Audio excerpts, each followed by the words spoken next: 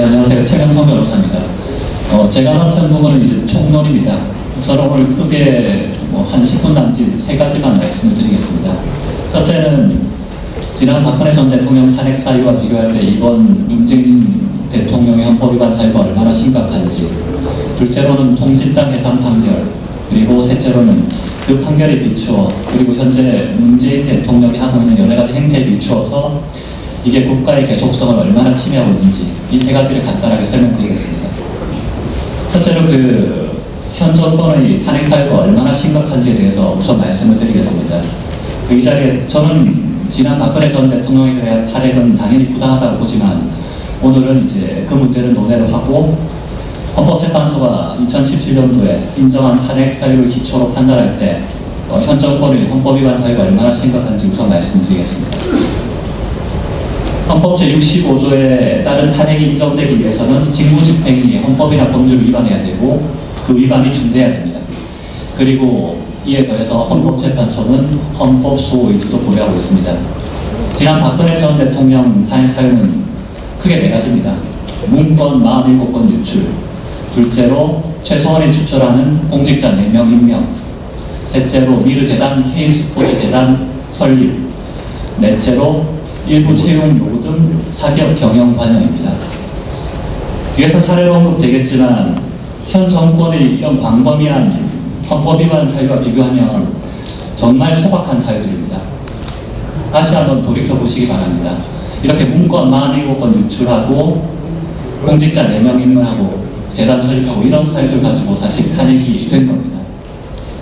아울러 당시 현재는 박근혜 전 대통령이 검찰 특검에 불응했다는 이유로 헌법 수호 의지가 분명히 드러나지 않는다고 했습니다. 헌법 수호 의지가 없다고 하는 것이 아니라 분명히 드러나지 않는다고 결정문에 적시했습니다. 가사 이를 인정한다 하더라도 이건 소극 형태의 획득에 불과하죠. 대한민국의 헌법과 법치를 적극적으로 파괴하는 현 정권의 행동과는 비교 자체가 되지 않습니다. 현 정권과 문재인 대통령은 자유민주 질서에 기초한 대한민국 헌법과 국가의 계속성 자체를 부정하고 있기 때문입니다. 결국 지난 박근혜 전 대통령에 대한 탄핵 사유에 비교해서 오늘 논의될 탄핵 사유는 비교할 수 없을 정도로 중대하고 문재인 대통령에게는 헌법 수호 의지 자체가 없는 것으로 판단된다는 점에서 결정적인 차이가 있습니다. 이어서 통진당 해산 결정문에 대해서 간단하게 설명을 드리겠습니다. 더불어민주당은 통진당, 통합진보당과 야권 연대를 했던 정당입니다. 그리고 현 정권에는 통합진보당의 색채가 강하게 남아 있습니다.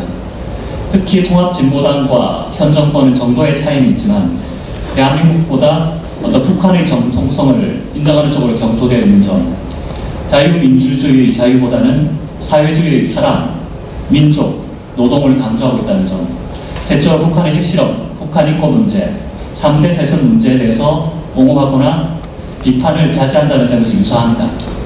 따라서 현 정권의 정체성 분석을 위해서는 지난 통합진보당 해산 결정문을 읽어갈 필요가 있습니다. 이 자리에서는 그중 일부분만 잠깐 소개를 해드리겠습니다. 현재는 해산 결정문에서 이렇게 얘기를 했습니다. 북한은 대한민국에 대해서 실제적인 무력 도발 행위까지 서슴지 않고 있다. 휴전 이후에도 미얀마 아웅산 외국 테러 사건, 대한항공기 폭파 사건 등 끊임없이 무력 도발을 해왔다. 2016년 10월 핵실험과 장거리 미사일 발사 실험을 계속하면서 한반도의 전쟁 위기를 고조시키고 있다. 제1, 2차 연평해전, 천안함 폭침, 연평도 폭격 등 최근까지 대한민국을 향한 무력 도발을 지속적으로 감행하고 있다. 또 현재 대한민국은 북한이라는 현실적인 적의 공격 대상이고 체제 전복 시도가 상시적으로 존재하는 상황이다 라고 했습니다. 그리고 현재는 당시 통합진보당 주도 세력에 대해서 이렇게 얘기했습니다. 그들은 북한식 사회주의 시각을 민주혁명의 과학으로 둘러가라고 그런 용어 전술, 속임수 전술을 쓰고 있다. 우익 대 좌익의 싸움을 민족, 민주, 민중 대 반민족, 반민주, 반민족으로, 평화 대 전쟁, 통일 대 반통일, 화해 대 분열로 포장한다. 그들은 대중투쟁의 일환으로 한미 FTA 무효화, 제주 해군기지 전면 재검토, 국가보안법 폐지 등 각종 사회적 이슈에 참여했고 북한의 핵실험, 북한 인권 문제와 3대 세습 문제에 대해서 일관되게 국가의 입장을 옹호하고 있고, 천안함 사건, 연평도 표격 등에 관해서도 오히려 그 책임을 대한민국 정부에 돌리고 있다. 또 애국가를 부정하거나 태극기를 개항하지 않는 등의 행태는 대한민국의 정통성을 부정하는 또 다른 모습이다. 이게 헌재가 결정문에 그렇게 적시한 내용입니다. 그런데 현 정권의 정체성도 통합진보당과 크게 다르지 않습니다. 우리 헌법상 대한민국은 한반도 유일의 합법정부입니다.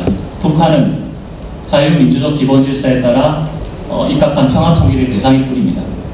자유민주적 기본질서는 대한민국의 근간이고, 대통령은 국가의 독립, 영토의 보전, 국가의 계속성과 헌법을 수호할 책무를 집니다. 하지만 현 정권은 자유민주적 기본질서와 대한민국의 정통성을 부정하려는 태도를 보이고 있습니다. 촛불혁명이라는 명하에 공무원의 정치적 중립 의무도 훼손시키고 있습니다. 첫 번째로, 현 정권은 우리 헌법에서 자유를 삭제하려고 시도합니다. 자유민주주의에서 자유가 빠지면 해산된 통합진보당이 추구한 진보적 민주주의나 북한의 인민민주주의와 구분 자체가 되질 않습니다. 그런데도 현 정권은 헌법에서 자유를 계속 삭제하려고 시도를 하고 있습니다. 일례로 2017년 말까지 활동한 국회 개헌특위 자문위에서는 개헌 보고서를 냈습니다. 이 보고서에는 현행헌법상 자유민주적 기본질서와 자유와 권리에 따른 책임을 완수한다, 이 내용을 삭제하는 내용이 포함되어 있습니다. 둘째로, 더불어민주당은 2018년 2월 1일 헌법상 자유민주적 기본질서에서 자유를 빼고 민주적 기본질서로만 수정한 당론을 모았다고 발표를 했다가 4시간만 일을 처리하게 됐습니다. 대체로 2018년 11월 교육부는 초중등 역사 교과서 교육과정에서 자유민주주의, 한반도 유일 합법정부 등 문구를 삭제했습니다. 그리고 북한 세습, 북한 도발, 북한 주민인권 등 북한에 대해서 부정적인 표현 자체도 삭제했습니다. 이런 고시를 그 당시에 확정을 했었습니다. 또 얼마 전에 2019년 6월에는 초등학교 6학년 국정사회교과서가 집필자도 모르게 213군데나 불법 수정된 사실이 검찰 수사를 통해서 밝혀지기도 했습니다. 여기서도 1948년 8월 15일을 대한민국 수립에서 대한민국 정부 수립으로 바꿨고, 북한에 대한 부정적 표현들이 대거 삭제되었습니다. 청와대가 개입했다고 의심할 만한 충분한 이유가 있다고 합니다. 현 정권은 대한민국이 한반도 유일의 합법정부라는 사실을 부정하고 있습니다. 때문에 교과서에서도 대한민국 수립 대신에 대한민국 정부 수립으로 수정된 것입니다. 이는 문재인 대통령의 역사 감독에 일맥상통합니다. 네 가지만 간단하게 언급을 하자면, 문재인 대통령은 2016년 광복절 페이스북에서 8.15를 건국절로 지정해야 한다는 주장은 얼빠진 것이다, 이렇게 언급을 했죠. 두 번째로, 2017년 광복절 경축사에서는 2년 후 2019년은 대한민국 건국과 임시정부 수립 100주년을 맞는 해라고 했습니다. 이는 초대 대통령 이승만과 건국 70주년을 인정하지 않으려는 의도로 해석됩니다. 대체로 문재인 대통령 북한에 가서는 본인을 남측 대통령으로 소개를 했고, 또 지난 현충일 추념사에서는 김원봉을 국군 청설에 뿌리라고 했습니다. 김원봉은 북한 정권 수립에 공헌하고 대한민국 체제 전복의 앞장선 인물입니다. 이런 인물을 공개적으로 칭송하는 것은 대한민국의 정체성을 훼손하는 반헌법적 행위입니다. 마지막으로 현 정권은 촛불 시위를 촛불혁명으로 미화하고 있습니다.